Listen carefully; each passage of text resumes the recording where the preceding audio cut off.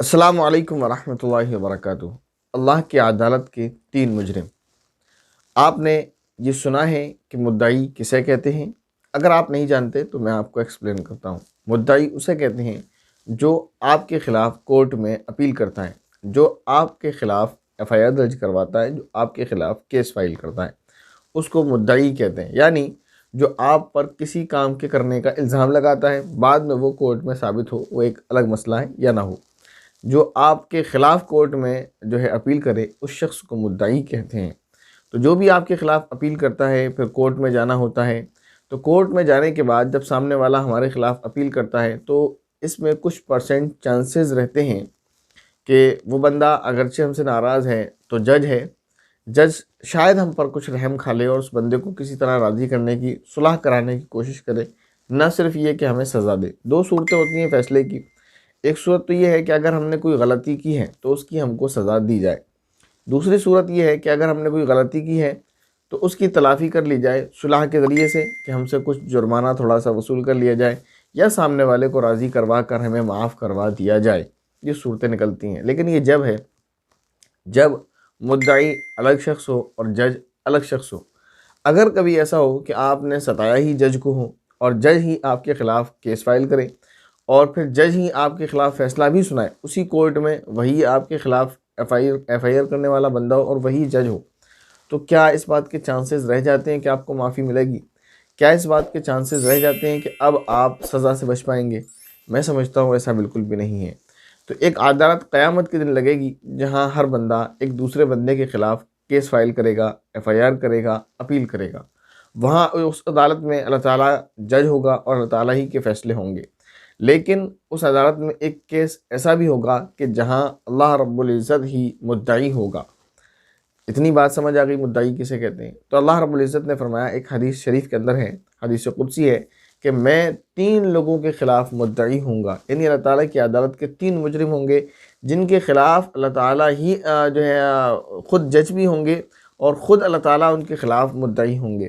وہ تین لوگ کیا ہیں؟ ان میں سے پہلا وہ شخص ہے، اللہ تعالیٰ نے فرمایا کہ پہلا وہ ہے جو اللہ کے نام پر عہد کرے، میرے نام پر عہد کرے اور اس کو توڑ ڈالے، یعنی اللہ کی جھوٹی قسم کھائے یا اللہ کے نام پر وعدہ کرے، کسی کو تسلیہ دے کہ میں آپ کو یقین دلاتا ہوں کہ انشاءاللہ اللہ کی قسم، اللہ تعالیٰ کا عہد اور پیمان لے کر آپ سے کہتا ہوں کہ میں آپ کا یہ کام پورا کر دوں گا، اور نہ کرے، تو ایسے شخص کے خلاف اللہ تعالیٰ خود مدعی ہوں گے۔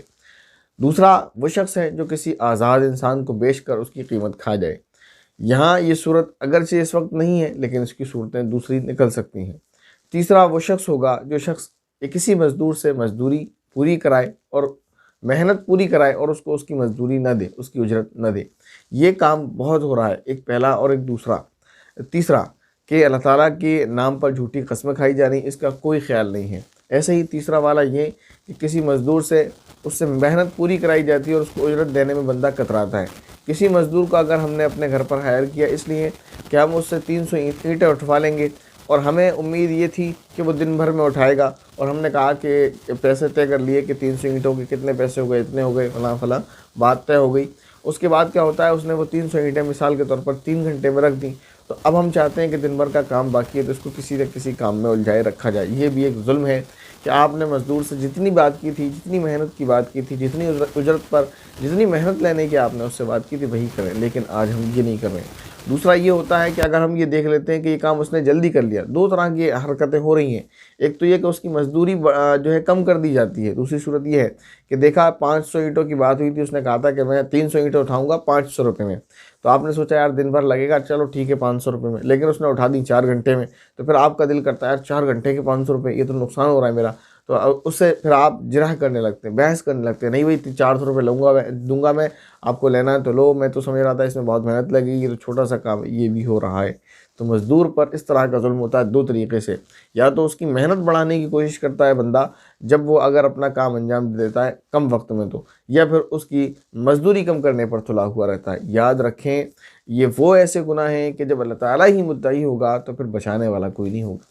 دنیا میں اور آخرت میں جب کوئی بندہ ہمارے خلاف اپیل کرے گا تو ہو سکتا ہے اللہ تعالیٰ صلح کرا دے، ہو سکتا ہے اللہ تعالیٰ معاف کر دے، کہہ دے چلو اس سے کہہ دے کہ بھئی اس کو معاف کر دو اور میں تمہیں اس کے بدلے میں جو تم چاہو وہ دوں گا۔ تو اللہ تعالیٰ معافی کرا سکتے ہیں، لیکن جب اللہ تعالیٰ ہی مدعی ہوں گے تو کیا خیال ہے ہمارا، کیا ہم بچ پائیں گے؟ تو لہٰذا ان 3 گناہوں سے، باقی بھی گناہ ہیں جن سے بچا جائے، لیکن ان 3 گناہوں سے ابھی سے ارادہ کریں، مکمل ارادہ کریں کہ انشاءاللہ یہ 3 گناہ ان میں سے کوئی بھی نہیں کرنا ہے، نہ تو اللہ کے نام پر جھوٹی قسم کھانا ہے، اور نہ ہی یہ کہ اس طریقے سے مزدور پر ظلم کرنا ہے۔ اللہ تعالیٰ سمجھنے کی توفیق عطا فرمائے، آمین۔ السلام علیکم ورحمۃ اللہ وبرکاتہ۔